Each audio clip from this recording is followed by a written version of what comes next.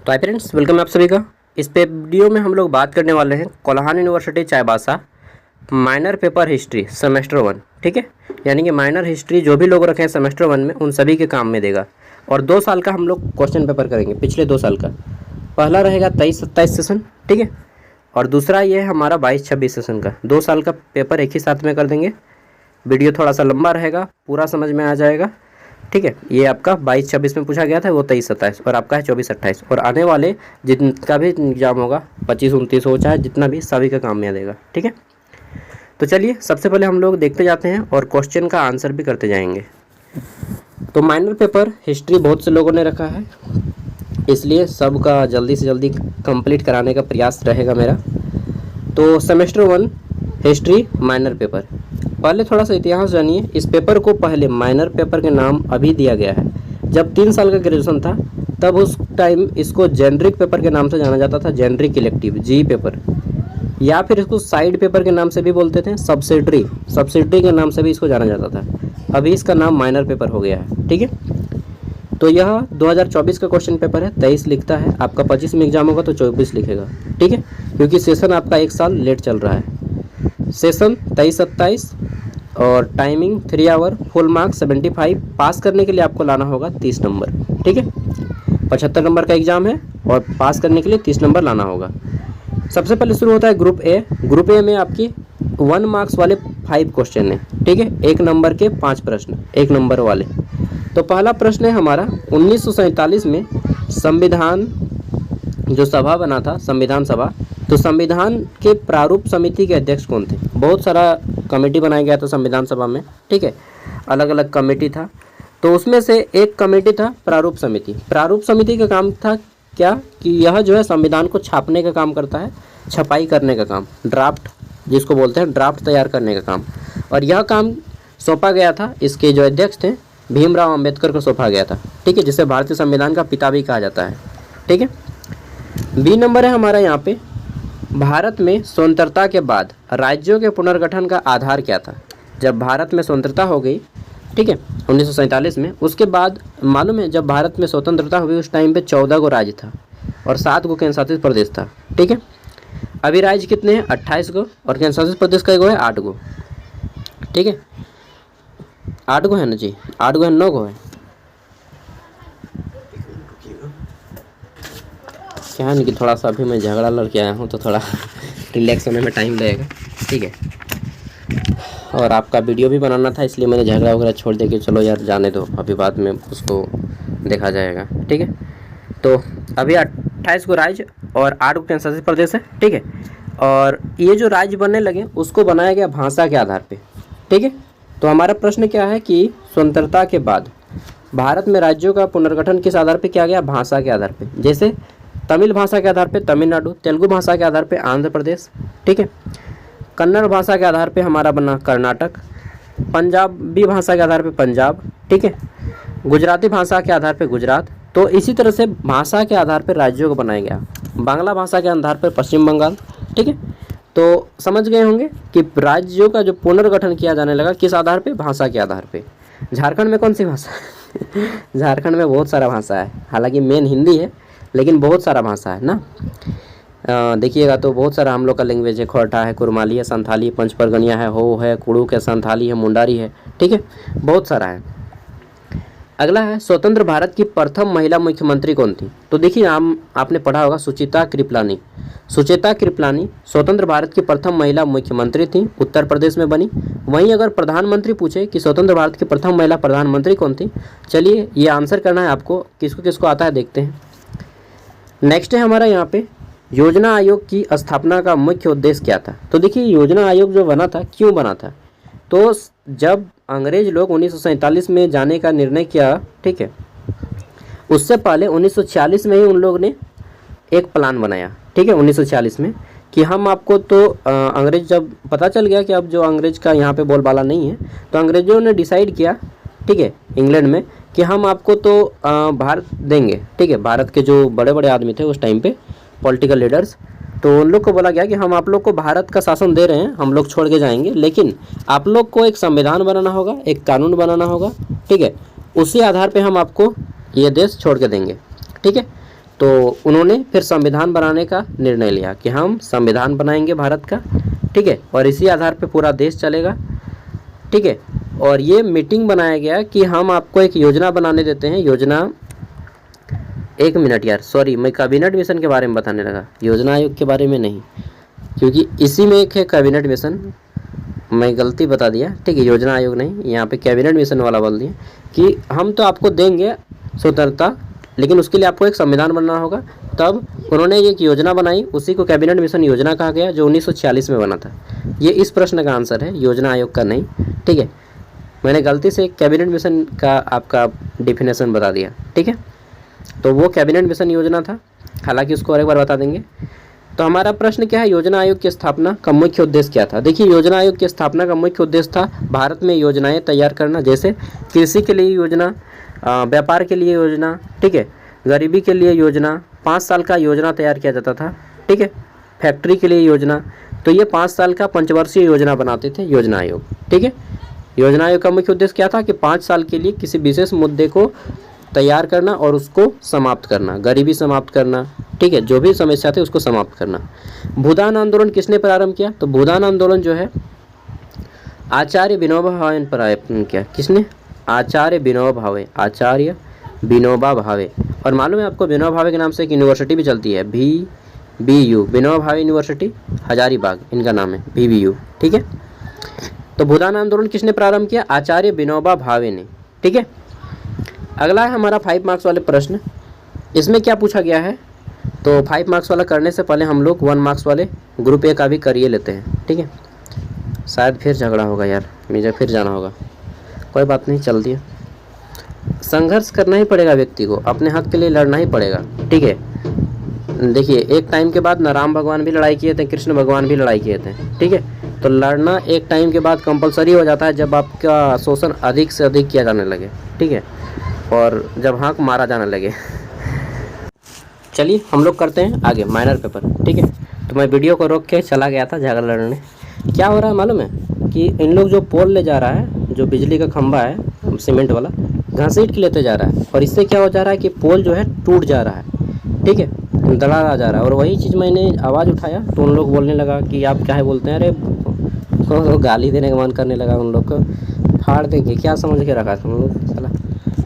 चलिए, गलत काम कीजिएगा तो हम बर्दाश्त थोड़ी हो करेंगे, हम क्या, कोई भी किसी भी व्यक्ति को बर्दाश्त नहीं करना है, ठीक है। चलिए आगे देख लेते हैं। तो यहाँ पे हमारा हिस्ट्री माइनर पेपर, ठीक है, first semester history minor paper, और यहाँ पे यह 22-26 में पूछा गया था, ठीक है। 22-26 का एग्ज़ाम हुआ था 23 में, और यहाँ पे लिख रहा है 22, ठीक है। 1 साल सेशन डिले है, यानी कि आपका 4 साल का ग्रेजुएशन है तो आपका 5 साल में कंप्लीट होगा, ये चीज़ आप ध्यान रखिए, ठीक है। यहाँ पे आता है ग्रुप ए, जिसमें 1 मार्क्स वाले 5 प्रश्नों के आंसर करने हैं आपको। और इसमें हमारा पहला प्रश्न क्या है, पहला प्रश्न हमारा ये है, कैबिनेट मिशन योजना क्या है। तो मैंने बता दिया कि अंग्रेज़ जब भारत को सौंपने लगे, छोड़ के जाने लगे, तो उन्होंने एक संविधान बनाने को कहा यहाँ के लोगों को, बुद्धिजीवी लोगों को, और उन्होंने एक संविधान बनाया, और उसके तहत फिर वो भारत को छोड़ के चले गए। इसी को कैबिनेट मिशन योजना बोलते हैं। यह योजना 1946 में बना था, ठीक है। और किसी एक का ही आंसर करना है, और दिया गया है, या तो कैबिनेट मिशन को बनाइए या फिर पंचशील के सिद्धांत का प्रतिपादन कीजिए, दोनों में से कोई एक, ठीक है। और हमारा है पंचशील के सिद्धांत का प्रतिपादन किसने किया था। तो देखिए, पंचशील क्या है, इसमें 5 को समझौता था भारत और चीन के बीच में, जो कि 1954 में किया गया था। और 1954 के भारत में प्रधानमंत्री कौन थे, तो भारत के प्रथम प्रधानमंत्री PN नेहरू, ठीक है। उन्हीं ने चीन के साथ ये समझौता किया था कि हम और चीन 5 मुद्दों पे समझौता करते हैं कि हम लोग एक दूसरे पे आक्रमण नहीं करेंगे, किसी के आंतरिक मामला पे हस्तक्षेप नहीं करेंगे, आपस में लड़ेंगे नहीं, ऐसा 5 मुद्दा था। लेकिन 1962 में भारत पर चीन आक्रमण कर देता है, ठीक है, और फिर भारत हार जाता है चीन से उस टाइम, ठीक है। चलिए अगला प्रश्न है हमारा, तो किसने किया था ये पता चला ना, पंचशील का सिद्धांत किसने प्रतिपादन किया, नेहरू ने, ठीक। कब, 1954 में। किस किस देश के बीच, भारत और चीन के बीच। नेक्स्ट है हमारा, वर्तमान समय में भारत लिख दिया है यार, भारत के राज्य तथा संघ क्षेत्र के प्रदेशों के नाम बताइए। तो भारत में वर्तमान में 28 राज्य और 8 को केंद्र शासित प्रदेश है, ठीक है। आगे देख लेते हैं। नेक्स्ट है हमारा, या और में किसी एक को ही बनाना रहेगा, या तो और बनाइए या फिर उसको। तो आजकल और वाला नहीं आता है, आजकल केवल एक ही क्वेश्चन आता है, जो 23-27 वाला दिखाया ना आपको 1 मार्क्स वाले में, अब जो है इस तरह से आता है केवल ABCD करके, ठीक है। वो और वाला सिस्टम ख़त्म हो गया। तो यहाँ पे देख लेते हैं हम लोग कि भारत के संविधान सभा, 1 मिनट यहाँ पे देखते हैं, ठीक। वर्तमान समय में संघ और शासित, हाँ, भारत की संविधान सभा किसके द्वारा गठित की गई। मतलब माइंड मेरा थोड़ा ना अशांत हो गया है समझ सकते हो कि भाई जब झगड़ा होता है उसके बाद भी क्लास लेंगे। चलो, क्लास नहीं रुकना चाहिए बॉस, चाहे कुछ भी हो। भारत की संविधान सभा किसके द्वारा, किसके अनुसार गठित की गई थी। रिलैक्स सागर, रिलैक्स। तो भारत की संविधान सभा अभी हमने बताया है कैबिनेट मिशन योजना के तहत गठित की गई थी। कब, 1946 में, ठीक है। अगला प्रश्न है हमारा, सार्क क्या है। सार्क एक मछली है? नहीं, सार्क एक संगठन है कई सारे देशों का।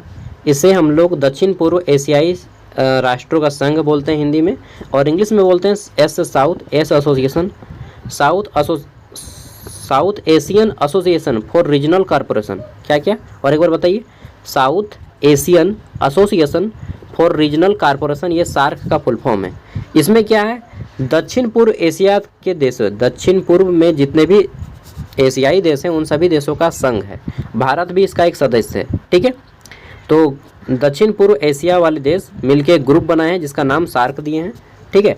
और सार्क का जो मुख्यालय है तो वह काठमांडू में है। काठमांडू नेपाल की राजधानी है, 1985 में बना था, और इसमें सबसे बड़ा देश भारत ही है हमारा, ठीक है।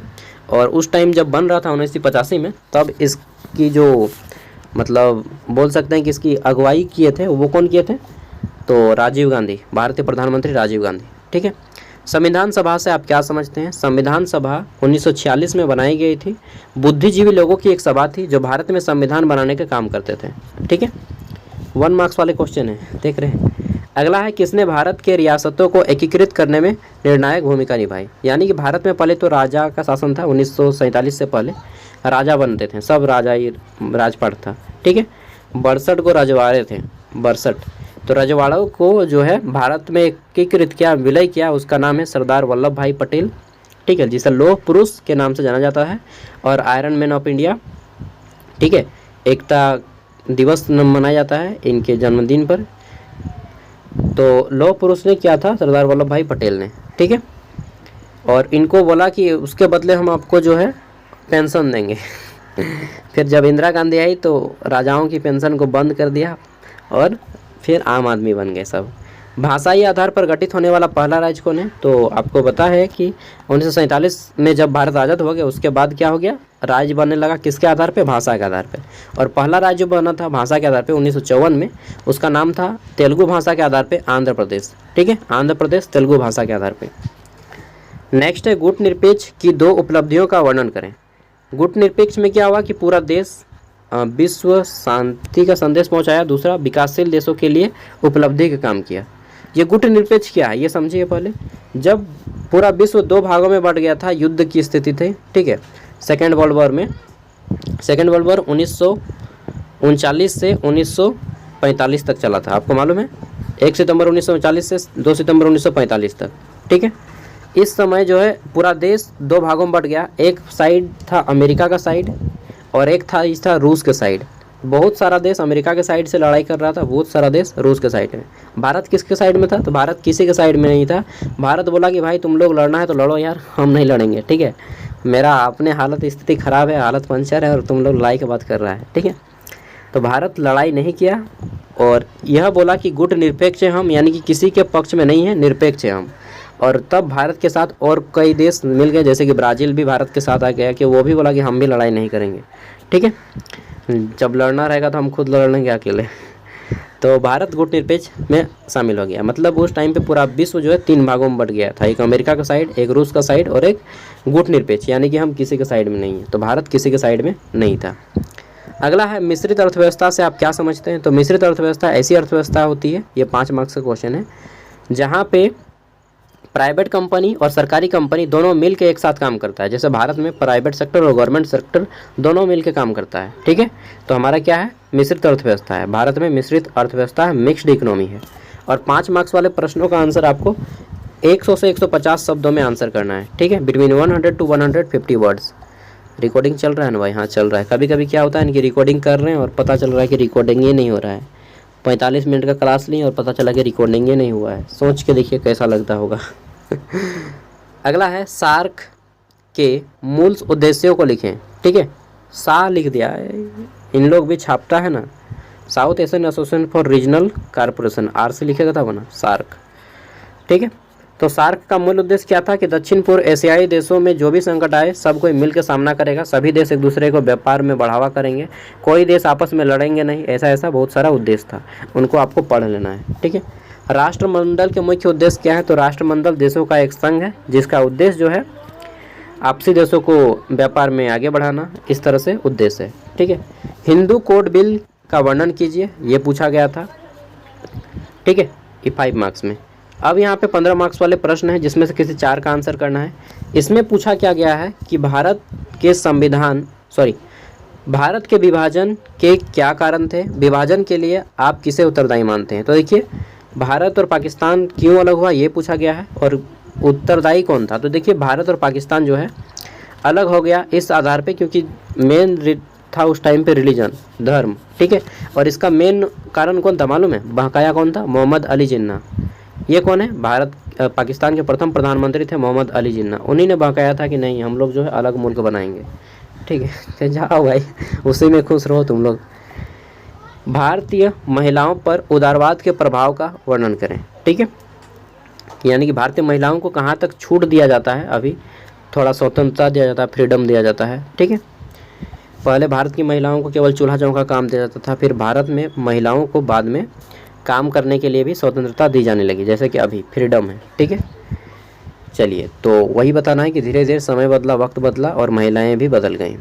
भारतीय विदेश नीति की विशेषताओं का उल्लेख करें कि भारत किसी भी देश के साथ कैसा संबंध रखता है ये बताना है।